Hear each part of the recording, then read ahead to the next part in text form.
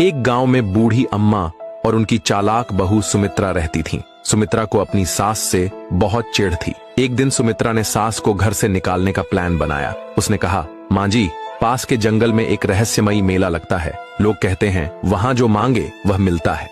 चलें। सीधी सादी अम्मा तैयार हो गईं। दोनों सामान पैक कर मेले में पहुंची। मेले में अजीबोगरीब चीजें थीं, साधु, भूत प्रेत के खेल और रहस्यमयी झूले। सुमित्रा ने सोचा, यही मौका है अम्मा को छोड़ने का। सुमित्रा ने कहा, माँ जी, आप यहाँ ठहरें, मैं पूजा की सामग्री लेने जा रही हूँ। कहकर वह वहां से चुपचाप गायब हो गई। अम्मा ने देखा सुमित्रा कहीं नहीं है। वह घबराकर रोने लगी। इतने में एक साधु ने आकर पूछा, क्या हुआ अम्मा?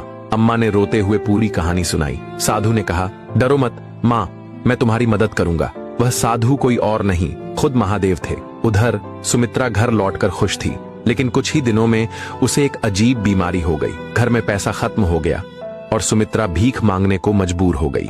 एक दिन सुमित्रा उसी मेले में भिखारियों के बीच बैठी थी। तभी उसकी नजर बूढ़ी अम्मा पर पड़ी, जो साधु के साथ खड़ी थीं। सुमित्रा रोते हुए अम्मा के पैर पकड़ने लगी। माँ जी, मुझे माफ कर दो, मेरी हालत देखकर मुझे सजा मिल गई है। महादेव ने कहा, पाप का फल हर किसी को भुगतना पड़ता है। सुमित्रा, अगर सच में पछतावा है तो सेवा और सच्चाई का रास्ता अपनाओ।